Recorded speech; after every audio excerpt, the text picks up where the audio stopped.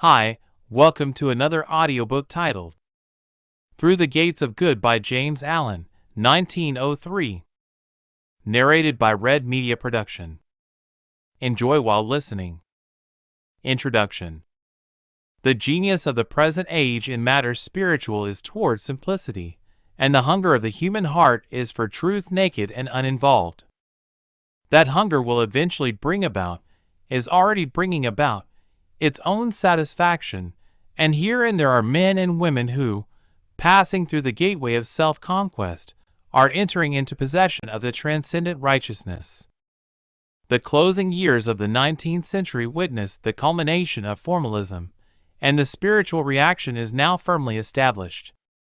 Already, the end of old faiths and beginning of the new is discernible to all who have removed from their mental vision somewhat of the textual dust of dying creeds, and have penetrated, however faintly, that sublime region of truth which is discoverable only by practice, and which is made manifest by pure thoughts and holy deeds.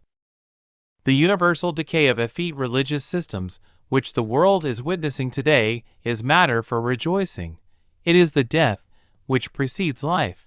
It is the passing away of the false in order that the true may be more fully revealed. The true can, at worst, but remain hidden. It endures. It remains forever. Its invincibility cannot be qualified, and he who has but one momentary glimpse of the true can never again be anxious for its safety. That about which men are anxious is the false, which they mistake for the true, and this, in spite of all their anxiety, must fade away at last. In the lives of all the great teachers we see a manifestation of that universal truth, the majesty and splendor of which is as yet but dimly comprehended by mankind, but which must, during the gradual transformation and transmutation which the accumulating ages shall effect, at last become the possession of all. That truth, as manifested by the teachers, was written by them, as it only can be written, in thoughts and deeds of the loftiest moral excellence, which have been permanently impressed upon the mind of mankind by their embodiment in preceptual form. It is to the sweet lives and inspiring words of these mighty teachers that the eyes of a hungering and thirsty world are again being turned, and the light of life is being lighted up, the world over, in hearts that are ready to attune themselves to the eternal song of love and peace. What religions have failed to do, religion will accomplish. What the priest has obscured, the spirit of truth in the heart of man will make plain, and the world is now finding spiritual healing and refreshment in turning away from traditional and historic accretions, and going back to the pure fountain of truth as revealed to them so simply, clearly and beautifully by their blameless teachers, and which had its inexhaustive spring within themselves. To aid men and women, more particularly those in Christian countries, more speedily to find this abiding truth, these articles, setting forth the life and precepts of Jesus, were written. Formalism and self were heavy burdens to carry, and in directing the minds of men to blamelessness of conduct and purity of heart, I know I can leave the result with the supreme law, and that there are those who will read and, having read, will pass from the burdensome complexities of ignorance and formalism to the joyful simplicity of enlightenment and truth. James Allen. Chapter 1. The Gate and the Way. Strait is the gate, and narrow is the way, which leadeth unto life, and few there be that find it. A good man out of the good treasure of the heart bringeth forth good things. The supreme aim of all religions is to teach men how to live, and the learning and the living are religion itself. The purification of the human heart, the building up of a blameless life, and the perfecting of the soul, these are the great underlying and enduring factors in all religions and creeds the world over. That which is vital in every religion is the striving after, and the practice of, goodness. All things else are accretions, superfluities, illusions. Goodness, and by goodness I mean sinlessness, is the beautiful and imperishable form of religion, but creeds and religions are the perishable garments, woven of the threads of opinion, in which men clothe it. One after another religions come and go, but religion, being life itself, endures forever. Let men cease to quarrel over the garments and strive to perceive the universality and beauty of the indwelling form. Thus will they become wedded to it, will become one with the supreme goodness. Religion is goodness. Goodness is religion. We know nothing higher than goodness. We can conceive of nothing more beautiful than goodness. Beholding the perfect goodness, men call it God. Seeing that goodness practiced by man, men worship him as God. We behold Jesus as a sinless man. In him is the perfect goodness revealed, not obscurely and metaphysically, but in all his words and deeds. And it is by virtue of his sinlessness that he is accepted as an exemplar and universal teacher. The teachers of mankind are few.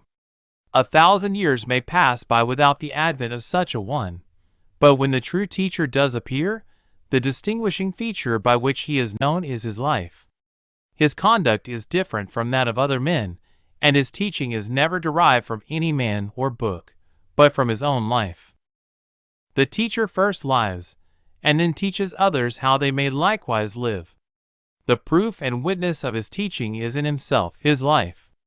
Out of millions of preachers, one only is ultimately accepted by mankind as the true teacher, and the one who is thus accepted and exalted is he who lives.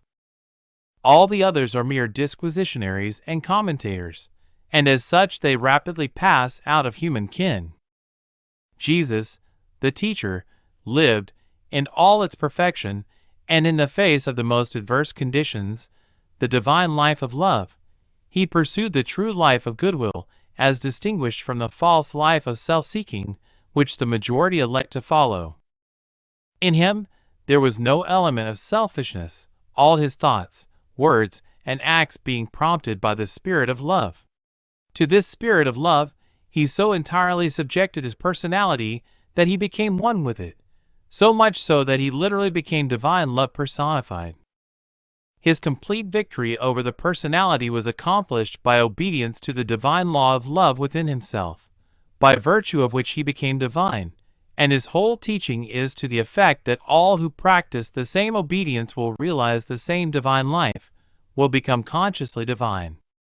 The unalterable meekness, undying compassion, sweet forgiveness, and unending love and patience of Jesus are the themes of 1,000 hymns, the subject of millions of heartfelt prayers.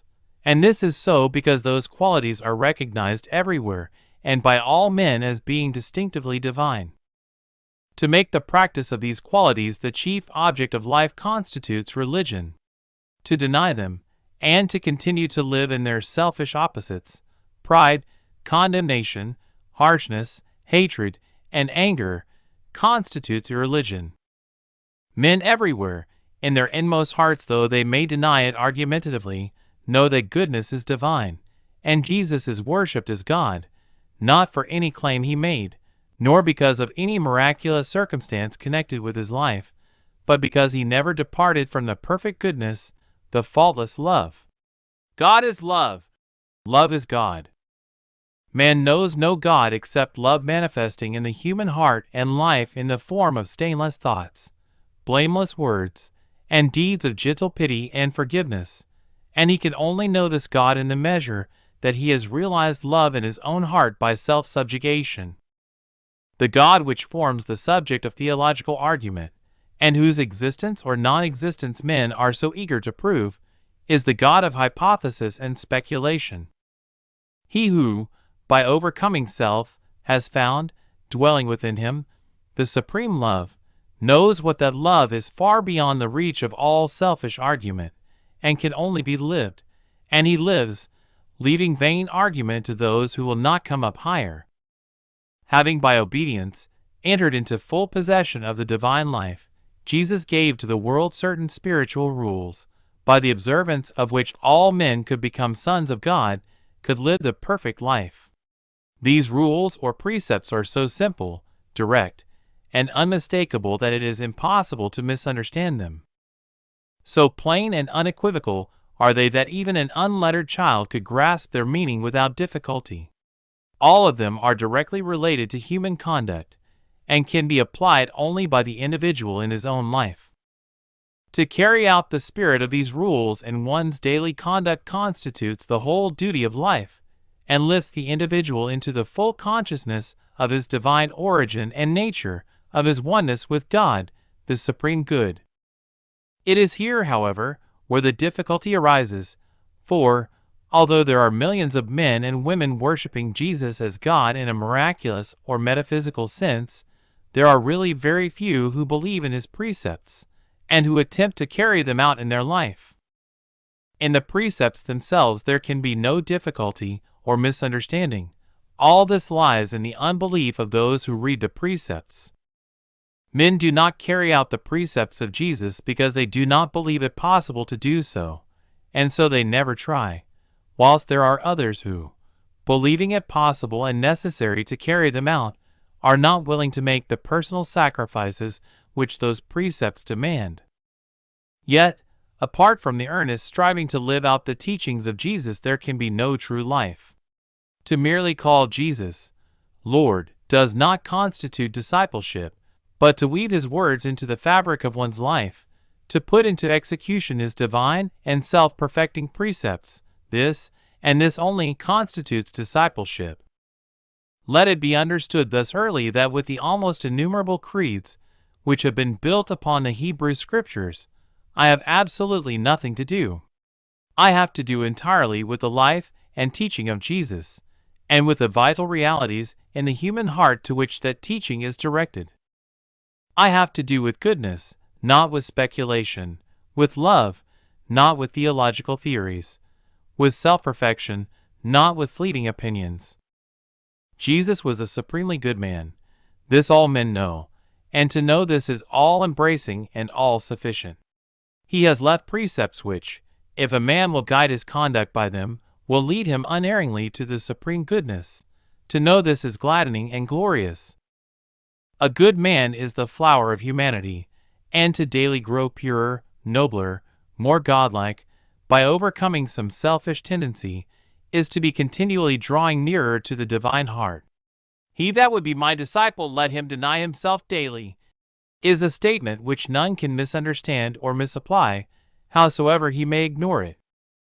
Nowhere in the universe is there any substitute for goodness, and until a man has this, he has nothing worthy or enduring.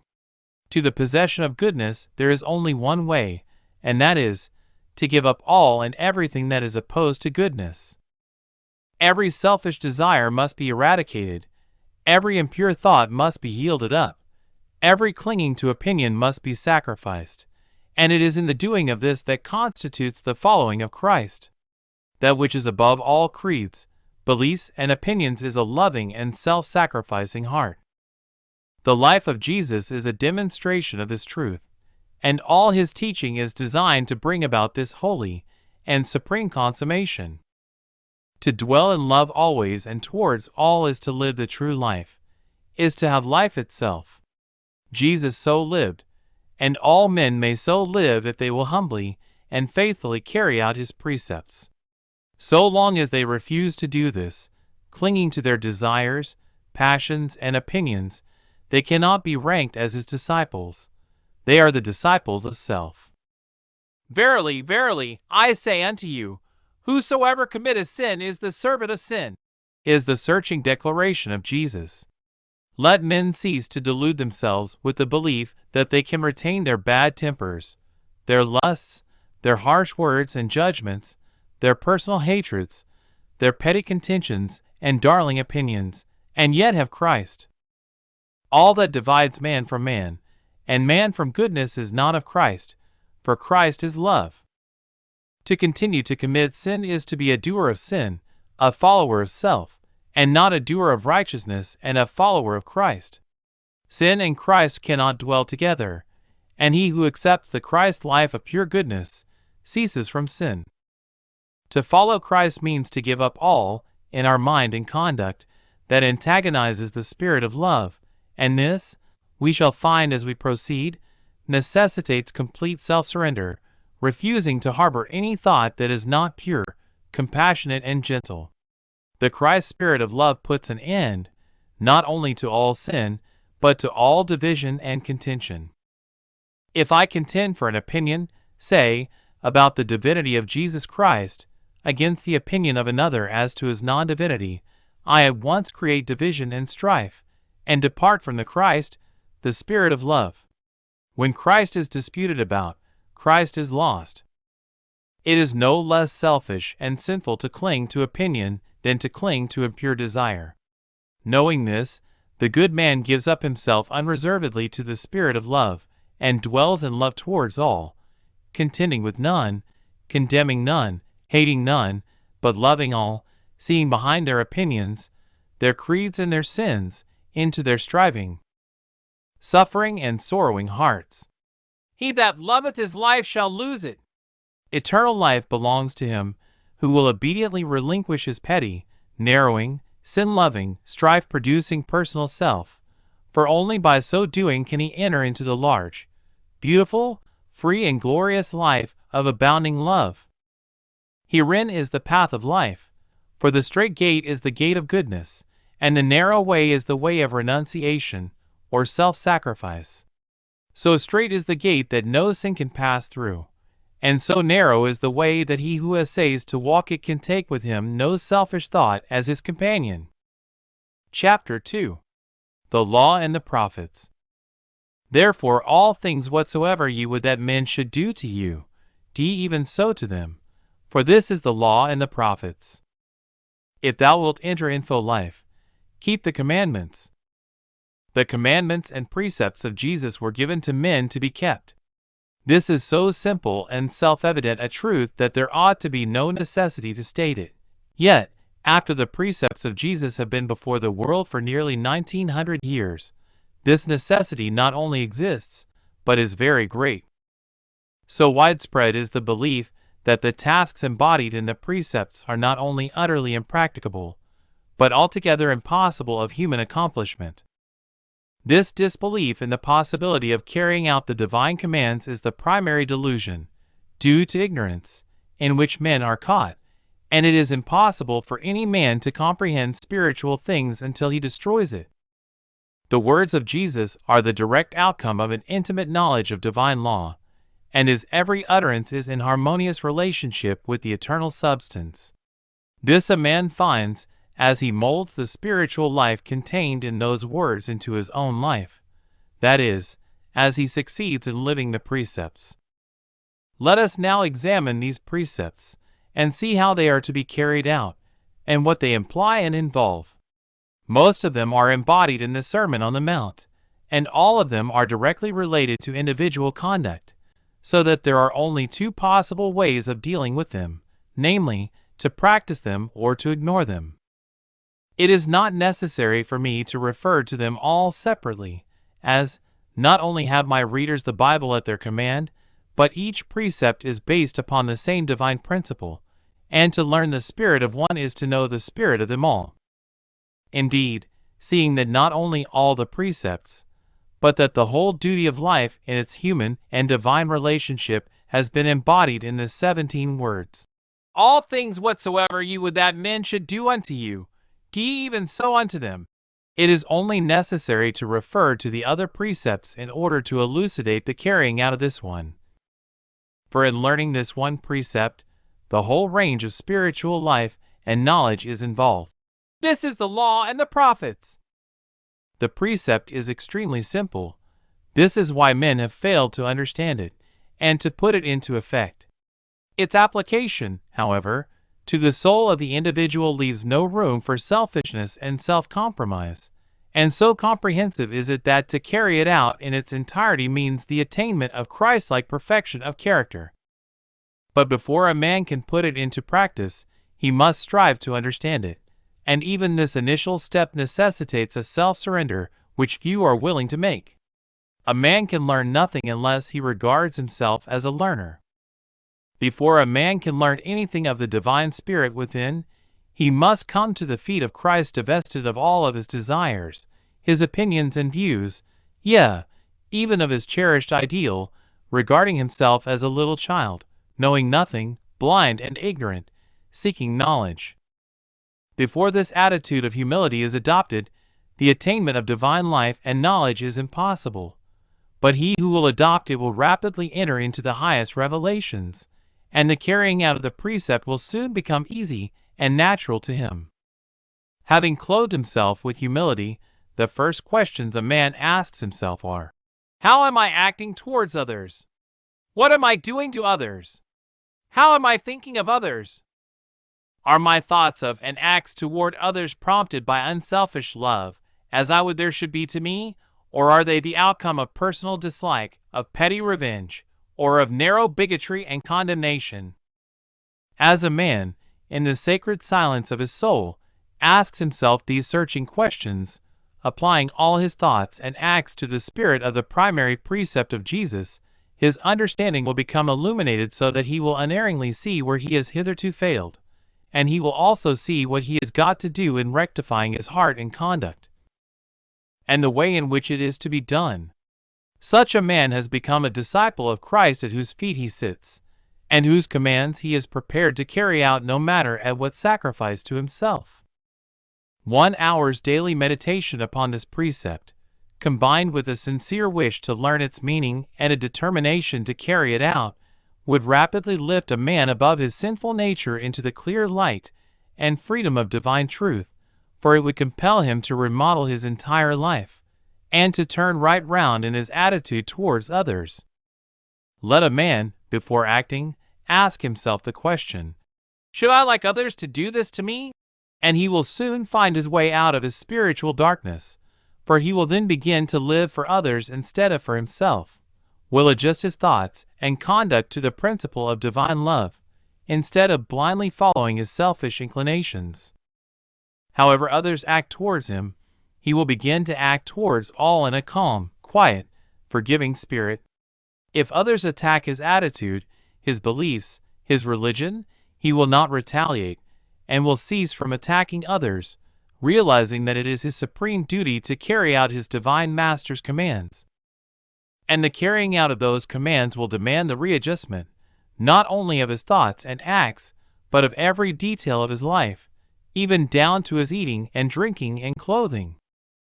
As he proceeds in this new life, the teachings of Jesus will become luminous with a new light, vital with a new life, and he will feel that every precept is for him, and that he must carry them out, ceasing to accuse others because they do not carry them out. As he reads the words, "Judge not," he will know that he must cease from all harsh and unkind judgment, that he must think kindly of all, just as much so of those who are unkind to him as of those who are kind to him, that if others judge and condemn him, he must not do so to them, and, putting aside all personal considerations, must deal with them in the spirit of equity, wisdom, and love. It will thus be seen that even in carrying out the one simple precept, "Judge not," a man must necessarily rise above much that is merely personal and selfish, and will develop unusual spiritual strength. This course of conduct, diligently pursued, will lead to the observance of the precept, "Resist not evil," for if a man ceases to judge others as evil, he will cease to resist them as evil. Of late years much has been written about non-resistance to evil, but he who would comprehend the spiritual significance of this, or indeed of any precept, must not rest content with mere dialectic definitions of it, but must assiduously practice it. He can only find its meaning by doing it.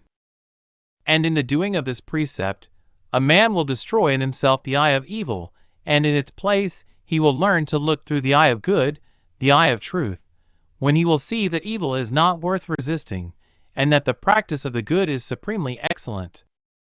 Whilst a man is engaged in resisting evil, he is not only practicing the good, he is actually involved in the like passion and prejudice which he condemns in another, and as a direct result of his attitude of mind, he himself is resisted by others as evil. Resist a man, a party, a law, a religion, a government as evil, and you yourself will be resisted as evil. He who considers it as a great evil that he should be persecuted and condemned, let him cease to persecute and condemn.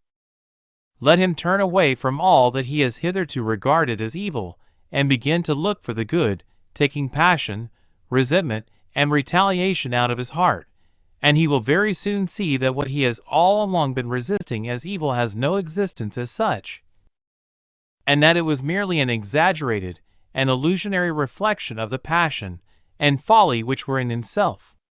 So deep and far-reaching is this precept that the practice of it will take a man far up the heights of spiritual knowledge and attainment, and when, by following its demands, he has so far purified and overcome himself as to see good and not evil in all men and all things, he will then be prepared to carry out a still higher precept, though one contained in the primary precept, namely, love your enemies.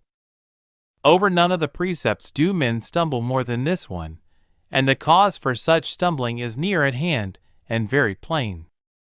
It is to be expected that men who regard fighting, retaliation, and hatred towards their enemies as indications of nobility of character should look upon this precept as not only an impracticable, but a very foolish command. And from their standpoint of knowledge, they are right. If man be regarded as a mere animal cut off from the divine, those fierce, destructive qualities, which are esteemed noble in the beast, are noble in man. To such men, living in their animal qualities and instincts, meekness, forgiveness, and self-denying love appear as cowardice, effeminacy, and weak sentimentality. If, however, we recognize in man certain divine qualities, more active in some than others, but possessed in a measure by all, such as love, purity, compassion, reason, wisdom, etc., which lift him above the animal, then the precept, love your enemies, not only appears practicable, but is seen to represent the rightful and legitimate state of man. To the man, therefore, who says, "This is an impossible precept," I would say, "You are right, to you it is impossible, but it is only your unbelief in the efficacy of those qualities which constitute goodness, and your belief in the power of the animal forces that make it so. Reverse your attitude of mind, and the impossibilities will fade away." No man can carry out and understand this precept who is not willing to renounce his animal nature. He who would find the Christ, the pure spirit of truth, must cease to warp and blind his spiritual vision by flattering his feelings and passions. The source of all enmity within himself must be destroyed. Hatred is none the less hatred when it is called dislike. Personal antipathies, however natural they may be to the animal man, can have no place in the divine life. Nor can a man see spiritual things or receive spiritual truths while his mind is involved in malice, dislike, animosity, revenge, or that blind egotism which thinks, "I, in my views, am right, and you are wrong." The keeping, then, of the commandment, "Love your enemies," necessitates the removal from the heart of all hatred and egotism, and as this is accomplished, the principle of divine love, which is unchangeably the same towards all, the just and the unjust, the sinful and the saintly, takes the place, in the consciousness, of those violent animal and personal loves which are continually changing, and coming and going, and which are inseparably linked with their opposite of violent hatred. It is impossible to love one's enemies whilst living in the animal personality, for that personality is of the very nature of blind love and hatred. It is only by deserting the personal elements that the impersonal, divine love which does not alter with the changing attitudes of others is found, and can become the dominating factor in one's conduct. And when that is done, the disciple realizes that his true nature is divine.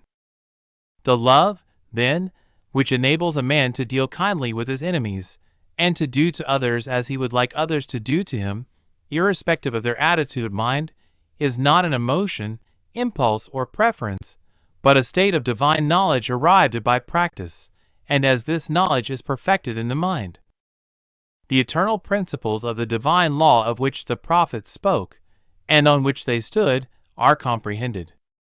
He who will keep the precepts of Jesus will conquer himself and will become divinely illuminated. He who will not keep them will remain in the darkness of his lower nature, shut out from all understanding of spiritual principles and of the divine law. Herein also resides the infallible test of discipleship. For it was none other than Jesus the Christ who said, "He that loveth me not keepeth not my sayings," and "He that hath my commandments, and keepeth them, he it is that loveth me." Chapter 3. The Yoke and the Burden.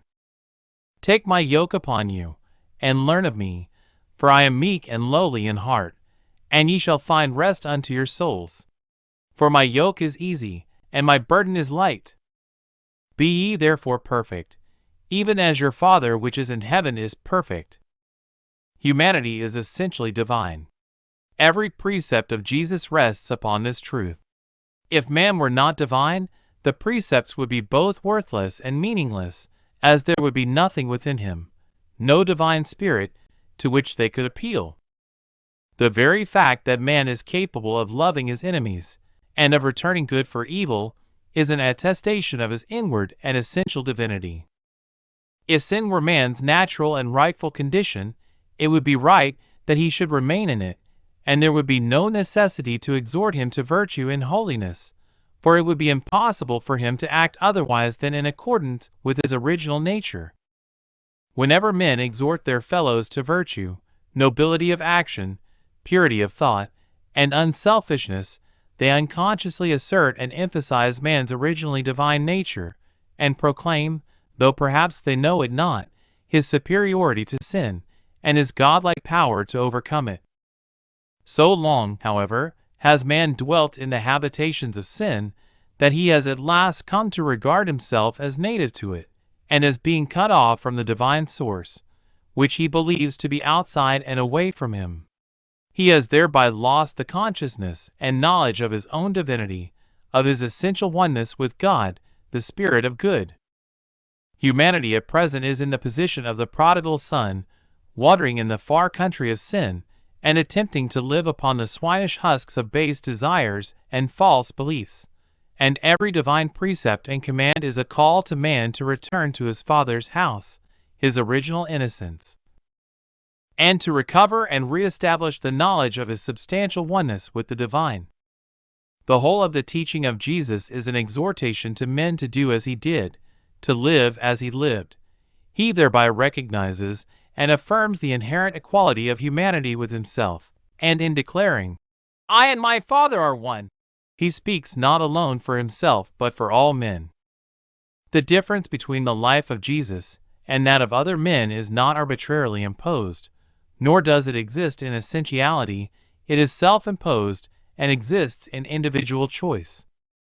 Jesus fully recognized his oneness with the Father, the divine source, and lived consciously in that oneness. Other men, speaking broadly, not only do not recognize their oneness with the divine, but do not believe it. It is therefore impossible for them, by virtue of their unbelief, to rise to the dignity and majesty of the divine life. Whilst a man regards himself as being the creature of sin, believing himself to be originally degraded, he must necessarily remain degraded and subject to sin. But let him realize that he is originally divine, that he is not, never was, and never can be, cut off from the divine except in his own ignorance and willful choice. And he will at once rise above sin, and commence to manifest the divine life. Man is primarily a spiritual being, and as such, is of the nature and substance of the eternal Spirit, the unchangeable reality, which men call God. Goodness, not sin, is his rightful condition. Perfection, not imperfection, is his heritage, and this a man may enter into and realize now if he will grant the condition, which is the denial or abandonment of self, that is, of his feverish desires, his proud will, his egotism and self-seeking, all that which St. Paul calls the natural man. In the Sermon on the Mount, Jesus describes the way of action and thought by which the divine life is to be lived, and after having laid down the whole duty of man as a spiritual being, a son of God, he exhorts men to live as becomes their divine relationship, in the words, "Be ye therefore perfect, even as your Father which is in heaven is perfect." In sounding this high call to perfection, Jesus, far from commanding an impossibility, merely urges men to live their true life of divine perfection, and to give up their false life of self-seeking and sin.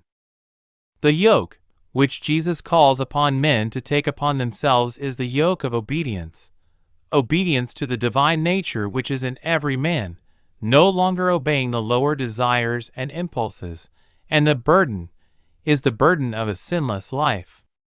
Such a yoke is easy because it entails no suffering, and such a burden is light, for it is relieved of the weight of sorrow, anxiety, and fear.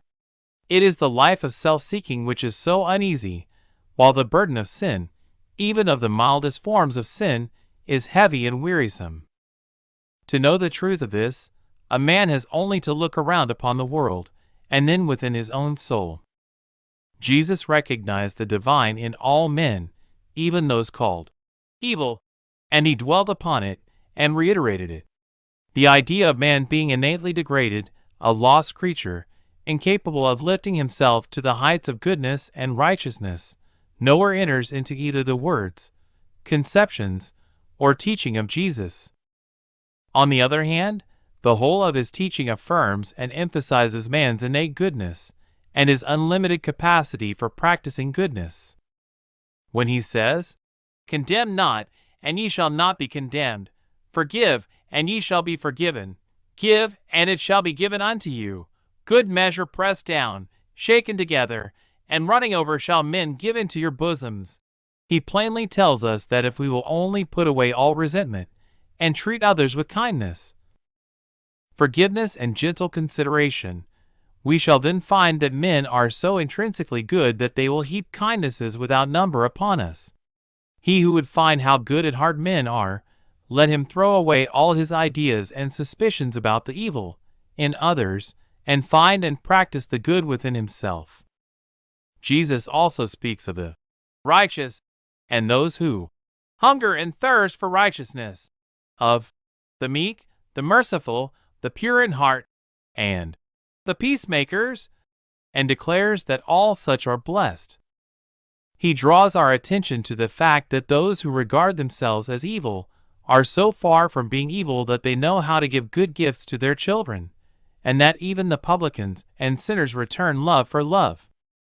His testimony to the guileless innocence of little children seems to have been much overlooked and ignored by those who call themselves his followers, and in all his references to entreatment of the fallen, he looks behind and away from the surface defilement, which other men regard as the real man, and dwell upon and exaggerate its enormity, and sees and brings forth the divine beauty and goodness hidden away under the accumulation of sin. He speaks of sinners as captives and blind, and that it was his mission to preach deliverance and restore sight, clearly indicating that sin is foreign to man, and that sinlessness is his true state, and he even declares that men shall do greater works than he did. Nowhere in the whole range of history or inspiration is there to be found such testimony to the lofty nobility and essential purity and goodness, doubtless more or less latent, of human heart than in the words and deeds of Jesus. In his divine goodness he knew the human heart, and he knew that it was good. Man has within him the divine power by which he can rise to the highest heights of spiritual achievement, by which he can shake off sin and shame and sorrow, and do the will of the Father, the supreme good, by which he can conquer all the powers of darkness within, and stand radiant and free, by which he can subdue the world, and scale the lofty pinnacles of truth. This can man, by choice, by resolve, and by his divine strength, accomplish, but he can only accomplish it in and by obedience. He must choose meekness and lowliness of heart. He must abandon strife for peace, passion for purity, hatred for love, self-seeking for self-sacrifice, and must overcome evil with good, for this is the holy way of truth. This is the safe and abiding salvation. This is the yoke and burden of the Christ. Chapter 4. The Word and the Doer. Whosoever heareth these sayings of mine, and doeth them, I will liken him unto a wise man which built his house upon a rock, and the rain descended, and the floods came, and the wind blew and beat upon that house, and it fell not, for it was founded upon a rock. If ye continue in my word, then ye are my disciples indeed, and ye shall know the truth, and the truth shall make you free. The gospel of Jesus is a gospel of living and doing. If it were not this, it would not voice the eternal truth. Its temple is purified conduct, the entrance door to which is self-surrender. It invites men to shake off sin and promises, as a result, joy and blessedness and perfect peace. There is one characteristic in the teachings of all those great souls who have been worshipped by mankind as saviors, and that is that they bring to light and appeal directly to the simple facts and truths of the soul and of life. And in the teaching of Jesus this feature stands out preeminently. Strictly speaking, he put forward no theory, advanced no creed, laid no claim to any particular views, and propounded no speculative philosophy. He was content to state that which is. Men are so taken up with their pleasures, theories, theologies, and philosophies that they cannot comprehend the simple facts of life, and it is supremely the office of the true teacher to bring men back to the simple and beautiful realities of their own souls. The false teacher, he who can perceive the simple truths of duty and of conduct, and does not see himself and other men as they are, when asked to point out the way of truth, will declare that it lies entirely in the acceptance of his own particular theology, and will warn the questioner against all other systems of theology.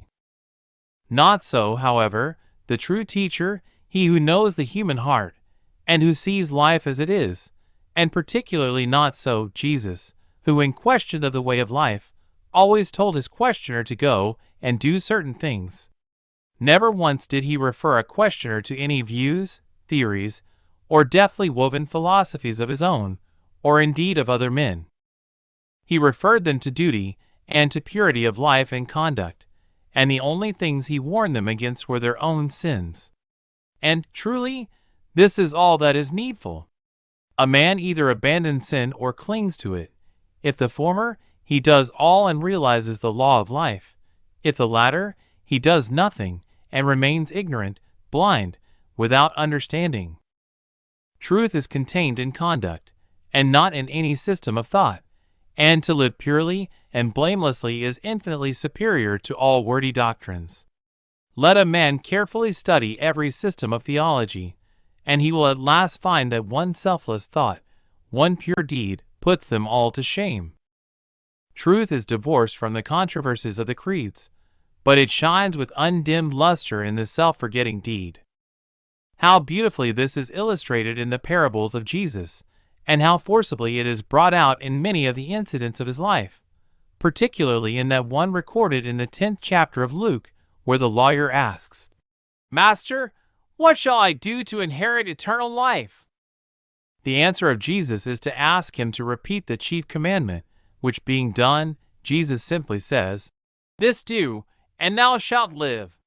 Whereupon the lawyer, wishing to draw Jesus into an argument, in order, no doubt, to confound him, asks, "And who is my neighbor?"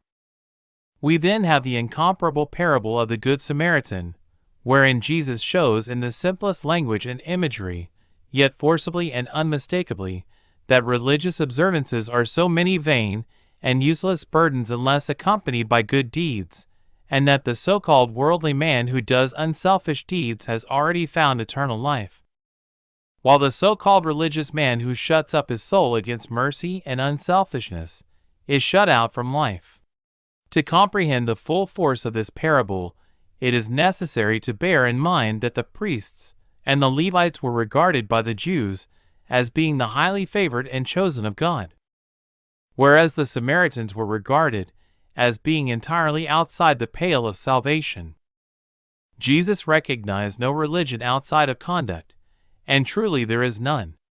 Pure goodness is religion, and outside it there is no religion. There are innumerable doctrines, and there is much strife and heated controversy, but a man is only truly religious when he succeeds in rising above these in this, and reaches that loving place in his heart where all hateful distinctions are burned away by the pure flames of compassion and love. And in this divine place Jesus stood, and he calls other men thither to receive rest and peace. That Jesus was meek, and lowly, and loving, and compassionate, and pure is very beautiful, but it is not sufficient. It is necessary, reader, that you also should be meek, and lowly, and loving, and compassionate, and pure. That Jesus subordinated his own will to the will of the Father, it is inspiring to know, but it is not sufficient. It is necessary that you, too, should likewise subordinate your will to that of the overruling good. The grace and beauty and goodness that were in Jesus can be of no value to you, cannot be understood by you, unless they are also in you, and they can never be in you until you practice them, for, apart from doing, the qualities which constitute goodness do not, as far as you are concerned, exist. To adore Jesus for his divine qualities is a long step towards truth, but to practice those qualities is truth itself. And he who truly adores the perfection of another will not rest content in his own imperfection, but will fashion his soul after the likeness of that other. To us, and to all there is no sufficiency, no blessedness, no peace to be derived from the goodness of another, not even the goodness of God. Not until the goodness is done by us, not until it is by constant effort incorporated into our being, can we know and possess its blessedness and peace. Therefore, thou who adorest Jesus for his divine qualities, practice those qualities thyself, and thou too shalt be divine. The teaching of Jesus brings men back to the simple truth that righteousness, or right doing, is entirely a matter of individual conduct, and not a mystical something apart from a man's thoughts and actions, and that each must be righteous for himself, each must be a doer of the word. And it is a man's own doing that brings him peace and gladness of heart, not the doings of another. Millions of people worship Jesus and call him Lord, but Jesus does not leave us in any difficulty or doubt as to who are his disciples, as to who have entered into life. His words are directness and simplicity itself. Not every one that saith unto me, Lord, Lord, shall enter into the kingdom of heaven, but he that doeth the will of my Father which is in heaven. And again, why call ye me Lord, Lord, and do not the things which I say? And they are the doers of the Father's will who shape their conduct to the divine precepts. The doer of the word demonstrates and proves its truth in his own mind and life. He thus knows the eternal rock as a substantial reality within himself, and he builds thereon the temple of righteousness, which no rains of grief, no winds of temptation, and no floods of sin can destroy or undermine. It is only the doer of forgiveness who tastes the sweets of forgiveness. It is only he who practices love and mercy and righteousness who receives into his heart the overflowing measure of their blessedness, and none but he who dwells in peace toward all can know the boundless and immeasurable peace. Thus is the doer of the word the disciple indeed, and continuing in that word, becoming one with it in heart and mind, he knows the truth which frees the soul from the bondage of sin. Chapter 5. The Vine and the Branches. I am the vine, ye are the branches. He that abideth in me, and I in him, the same bringeth forth much fruit, for without me ye can do nothing. Come unto me all ye that labor, and are heavy laden, and I will give you rest. The Christ is the Spirit of love, which is the abiding and indwelling reality in man. Yet though its perfected temple is the human form, and it can only visibly and consciously manifest itself in and through the human personality, it is impersonal in its nature, is a universal and eternal principle, and is at once the source and the substance of life. In this principle of love, all knowledge, intelligence, and wisdom are contained, and until a man realizes it as the one vital reality of his being, he does not fully comprehend the Christ. Such glorious realization is the crown of evolution, the supreme aim of existence. Its attainment is complete salvation, emancipation from all error, ignorance, and sin.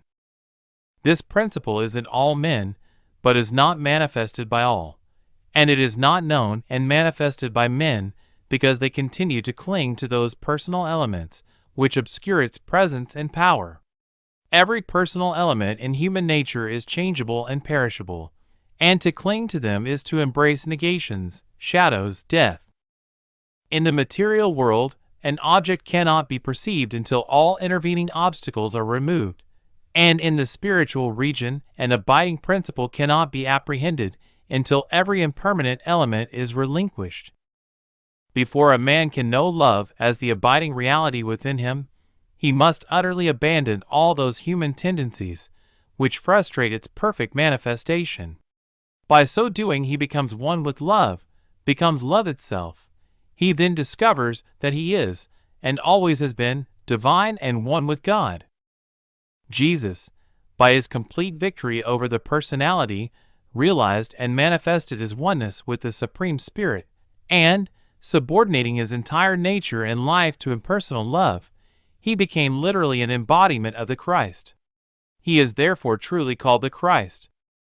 When Jesus said, "Without me ye can do nothing," he spoke not of his perishable form, but of the universal spirit of love of which his conduct was a perfect manifestation, and this utterance of his is the statement of a simple truth, for the works of man are vain and worthless when they are done for personal ends. And he himself remains a perishable being, immersed in darkness and fearing death, so long as he lives in his personal gratifications. The animal and man can never respond to and know the divine. Only the divine can respond to the divine. The spirit of hatred in man can never vibrate in unison with the spirit of love. Love only can comprehend love and become linked with it. Man is divine. Man is of the substance of love. This he may realize if he will relinquish the impure, personal elements which he has hitherto been blindly following, and will fly to the impersonal realities of the Christ Spirit, and these realities are purity, humility, compassion, wisdom, love. Every precept of Jesus demands the unconditional sacrifice of some selfish, personal element before it can be carried out. Man cannot know the real whilst he clings to the unreal. He cannot do the work of truth whilst he clings to error. Whilst a man cherishes lust, hatred, pride, vanity, self-indulgence, covetousness, he can do nothing, for the works of all these sinful elements are unreal and perishable. Only when he takes refuge in the spirit of love within, and becomes patient, gentle, pure, pitiful, and forgiving, does he work the works of righteousness, and bear the fruits of life. The vine is not a vine without its branches, and even then, it is not complete until those branches bear fruit. Love is not complete until it is lived by man, until it is fully understood by him and manifested in his conduct. A man can only consciously ally himself to the vine of love by deserting all strife, and hatred, and condemnation, and impurity, and pride, and self-seeking, and by thinking only loving thoughts and doing loving deeds. By so doing, he awakens within him the divine nature which he has heretofore been crucifying and denying. Every time a man gives way to anger, impatience, greed, pride, vanity, or any form of personal selfishness, he denies the Christ, he shuts himself out from love. And thus only is Christ denied, and not by refusing to adopt a formulated creed. Christ is only known to him who by constant striving has converted himself from a sinful to a pure being, who by noble, moral effort has succeeded in relinquishing that perishable self which is the source of all suffering and sorrow and unrest, and has become rational, gentle, peaceful, loving, and pure. Man's only refuge from sin is sinless love, flying to and dwelling in which, and abandoning all else as evanescent, unreal, and worthless, daily practicing love towards all in heart and mind and deed, harboring no injurious or impure thoughts, he discovers the imperishable principles of his being, enters fully into the knowledge of his oneness with eternal life, and receives the never-ending rest. Chapter 6. Salvation this day. This day is salvation come to this house. Jesus to Zacchaeus. Behold, the kingdom of God is within you. I have tried to show, in the 5 foregoing chapters, that the teaching of Jesus is based entirely on the perfection of conduct, and can be summed up in the one word goodness. Jesus manifested this goodness in his life, and his teaching is vitally powerful because it is rooted in his life, his conduct. His command, "Follow me," is literal and actual, not in the sense of a slavish imitation of the external details of his life, but in scaling, as he scaled, the heights of goodness and pity and love by the conquest of self. The glory of his teaching is embodied in his precepts, as the splendor of his life is wrapped up in them, and he who adopts those precepts as the guides of his life will so perfect his conduct by purifying the inward springs of thought and action as to become a spiritualized and sinless being, fulfilling the whole duty of life and the purpose of existence. Herein also is contained complete salvation, namely, freedom from sin. The word salvation is only mentioned by Jesus twice, and only one of these utterances, that to Zacchaeus, can be said to have any vital significance for us. Yet, in that one brief statement we are fully enlightened as to its meaning by virtue of its pointed application to the altered conduct of Zacchaeus. This man, we infer, had hitherto been hard, exacting, and grasping, but though he had not yet seen in person the new teacher, his message had reached his ears, and he had opened his heart to the good news that man can and should repent, and abandon selfish and sinful practices for good and sinless conduct. And this he had done, and, having proved its blessedness, no wonder that when Jesus came to his house he received him joyfully, and told him how he had abandoned wrongdoing for right doing, evil for good, the selfish for the unselfish life. Jesus did not inquire into the religious views of Zacchaeus, did not impose upon him any change of view or opinion, did not demand that he believe anything about Jesus as being the Messiah, the Son of God, etc. Zacchaeus had changed his conduct, had completely turned round in his attitude toward others, had abandoned greed for generosity, extortion for charity, honesty for dishonesty, selfishness for unselfishness, evil for good, and this was sufficient, as Jesus declared in the words, "This day is salvation come to this house." The only salvation recognized and taught by Jesus is salvation from sin, and the effects of sin, here and now, and this must be old selfishness, the old life of self, in any or every shape. Only by doing this, and turning to the new life of gentleness, and purity, and humility, and unselfish love, can a man be said to be saved from sin. And then he is saved indeed, for, no more practicing it, it can trouble him no more. Herein also is heaven, not a speculative heaven beyond the tomb, but a real, abiding, and ever-present heaven in the heart, a heaven from which all the hellish desires and moods and sufferings are banished, where love rules, and from which peace is never absent. Good news indeed is that message of Jesus, which reveals to man his divine possibilities, which says in substance to sin-stricken humanity, "Take up thy bed and walk," which tells man that he need no longer remain the creature of darkness and ignorance and sin if he will but believe in goodness, and will watch and strive and conquer until he has actualized in his life the goodness that is sinless. And in thus believing and overcoming, man not only has the guide of that perfect rule which Jesus has embodied in his precepts, he is also the inward guide, the spirit of truth in his own heart, the light which lighteth every man that cometh into the world, which, as he follows it, will infallibly witness to the divine origin of those precepts.